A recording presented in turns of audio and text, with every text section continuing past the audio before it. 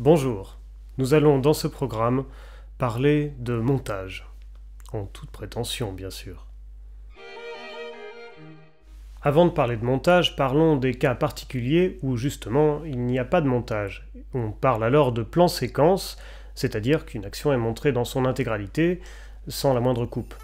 L'usage du plan-séquence est souvent justifié par la volonté de donner plus de réalisme à une action, de la rendre plus immersive par exemple, et ce grâce au temps réel, à la continuité dans le temps.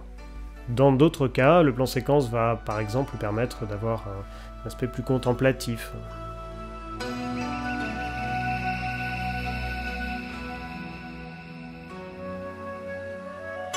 Si tous les films étaient constitués de plans-séquences, on s'ennuierait un peu quand même. En effet, le but du montage est justement de compresser les actions, de donner un rythme différent et donc de raconter une histoire. Pour se rendre compte de la différence, je vous propose de regarder une même séquence, d'abord montrée dans son intégralité, en plan séquence, puis dans un second temps nous la verrons avec un montage effectué.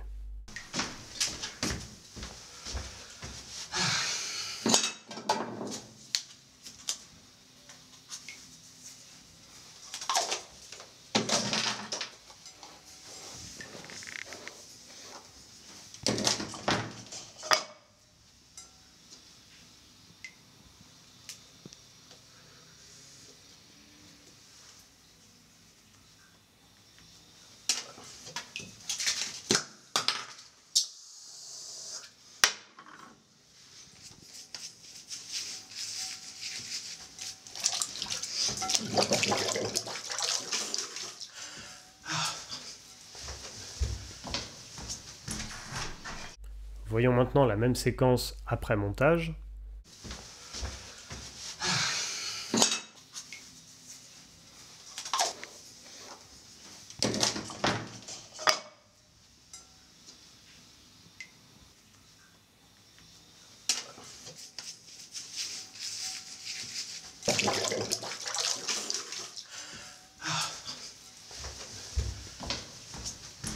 En comparant ces deux séquences, on constate que finalement la même histoire est racontée, mais qu'en enlevant certaines parties qui n'étaient pas forcément nécessaires, on a accéléré le rythme et donc accentué l'effet d'empressement du personnage.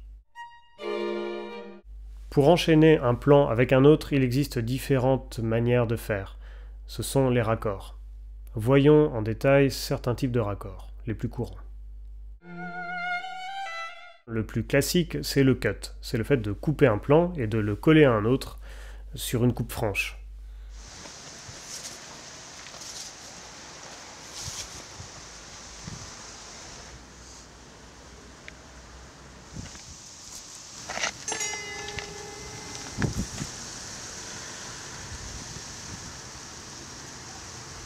Bien qu'il ait l'air très simple en apparence, le montage cut permet d'absolument tout faire.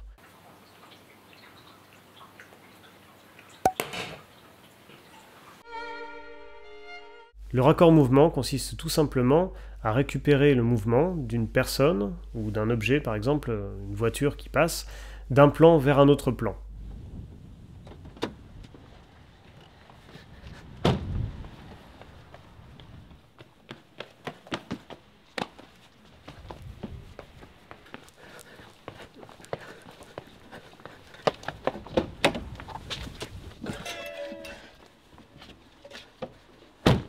Par exemple, le personnage peut commencer à tourner la tête vers un côté dans un plan et finir ce même mouvement dans un autre. Cela crée une continuité et donc la lecture est fluide. Le raccord regard est aussi un raccord très utilisé. Il consiste à raccorder le regard d'une personne et l'objet ou la personne regardée.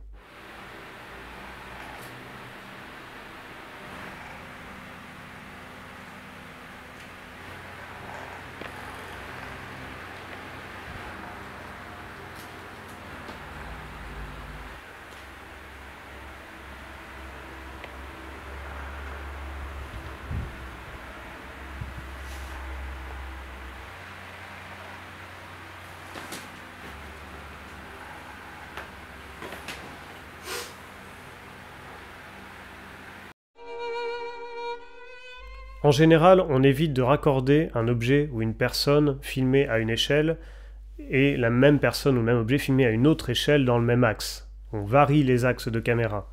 Mais dans certains cas, le raccord dans l'axe, comme on l'appelle, peut avoir son utilité.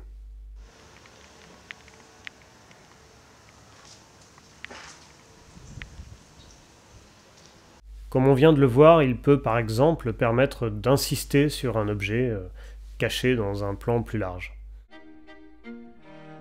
Voyons maintenant un autre type de raccord dans lequel on va utiliser le mouvement rapide de la caméra, sur un panoramique par exemple.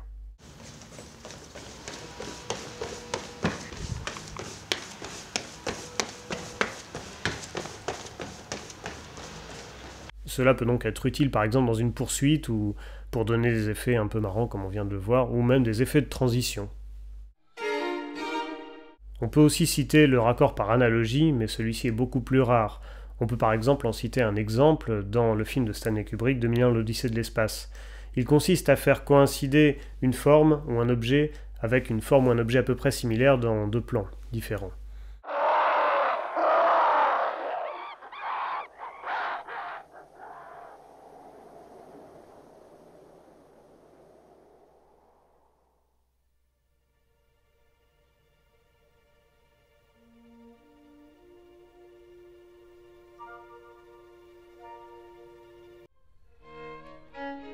Alors si on veut sortir du montage cut, on peut faire des raccords d'autres manières avec des effets de transition, des volets, des fondus enchaînés, des fondus par le flou, etc. Mais en général, cela produit un effet particulier et donc il faut justifier cet effet. Le fondu enchaîné, sûrement le plus courant, permet par exemple de donner une idée de temps qui a passé.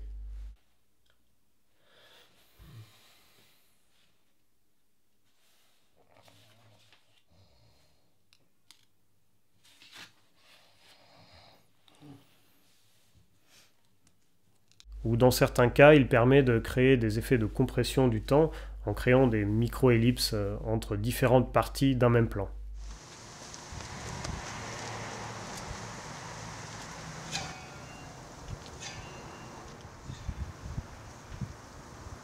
Lorsqu'on tourne un film, il est important d'anticiper le montage et d'avoir certains réflexes qui nous simplifieront la tâche plus tard. Par exemple, il faut penser à tourner des plans de coupe. Ce seront par exemple des gros plans qui permettront de cacher une coupe lors par exemple d'une interview. Quand je suis rentré chez moi, je l'ai posé dans un endroit sûr, et puis je suis sorti, et là, c'est comme si on m'avait coupé un membre, mais que je continuais encore à vivre. Alors c'était bizarre, du coup je suis rentré chez moi, et là je l'ai cherché partout.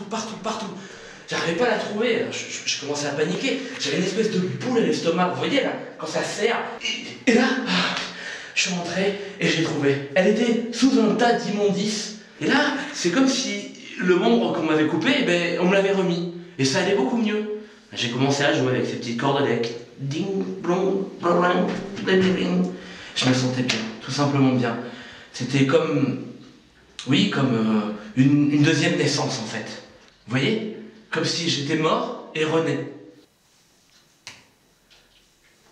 L'extrait que nous venons de voir a été tourné avec une seule caméra, et donc c'est en post-production, au montage, et grâce au plan de coupe, qu'on a pu reconstruire quelque chose de plutôt cohérent, si on veut. Voyons maintenant la différence entre le montage parallèle et le montage alterné. Le montage parallèle va montrer deux actions d'un même personnage ou de deux personnages différents, mais dans des temporalités et des lieux différents.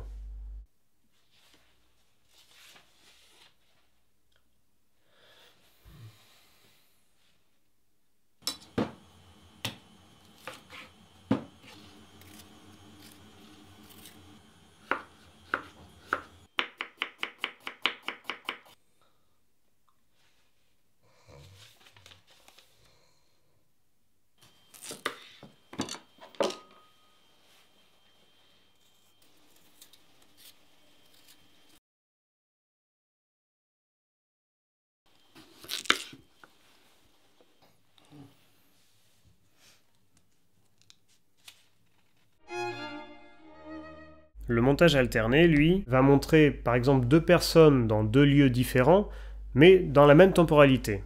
Les deux actions se passent donc simultanément au même moment, alternativement.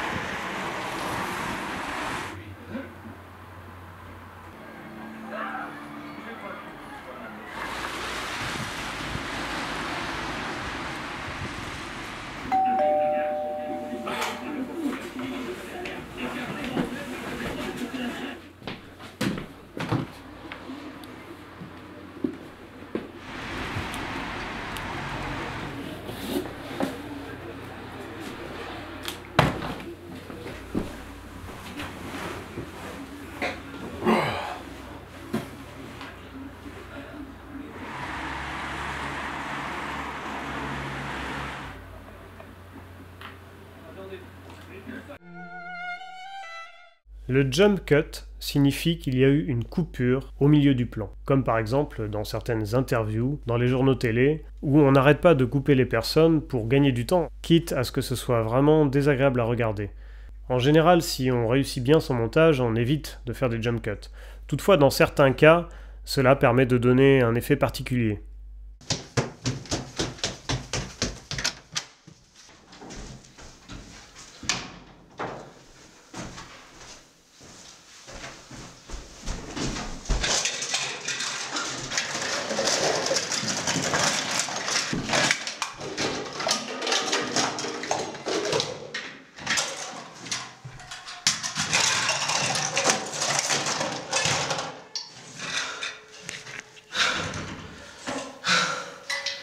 Dans l'exemple que nous venons de voir, les jump cuts, les coupures franches au milieu d'une même action et sous un même axe de caméra, permettent de renforcer l'effet de stress du personnage.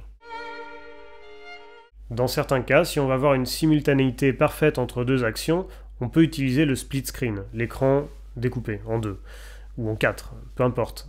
La série 24 heures chrono, par exemple, utilise beaucoup le split screen. Je l'ai trouvé! C'est quoi? Mais ça fait des années que je t'en parle, je cherchais ce petit instrument de musique là avec des cordes, je l'ai trouvé! Ah ouais, le truc de... Oui! Mais putain, c'est fou quand même! Oui, oui, oui, c'est génial. Ça te fait pas plus de choses que ça. Voilà, j'espère que ce programme vous aura intéressé. N'hésitez pas à commenter, et à bientôt. Je veux bien une serviette. Prends. Je vais passer et je vais te la montrer. D'accord. Je te l'emmène. Ok, merci. Ah mais t'es là. Bah viens, je vais te la montrer, elle est là-bas.